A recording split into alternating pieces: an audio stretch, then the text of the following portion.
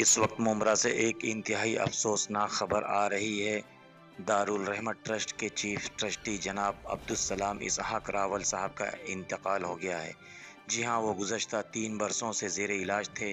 آج ممبئی میں ان کی رہائش گاہ پر انتقال ہو گیا ہے۔ بتایا جاتا ہے کہ وہ 75 سال کے تھے۔ وہ کافی عرصہ سے ممبرا میں دارالرحمت ٹرسٹ کے چیف ٹرسٹی رہتے ہوئے ممبرا میں کافی سماجی، ملی، دینی، سماجی اور تعلیمی خدمات انجام دے رہے تھے۔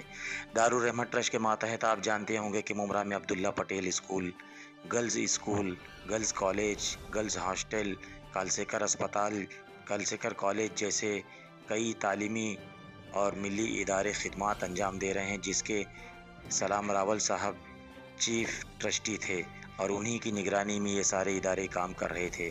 اس کے علاوہ شہر کی لیگل اور خوبصورت عمارت جس کا آج بھی اپنا معیار برقرار ہے، نشیمن کالونی، بھی سلام راول صاحب نے ہی بنایا تھا۔ ان کے انتقال سے ممبرا میں صف ماتم بچھ گیا ہے۔ خاص کر کوکنی کمیونٹی کی ہر تنظیموں، ہر ٹرسٹ کی اور ہر شخصیت کی جانب سے ان کے انتقال پر گہرے رنج کا اظہار کیا جا رہا ہے۔ انا للہ و انا الیہ راجعون۔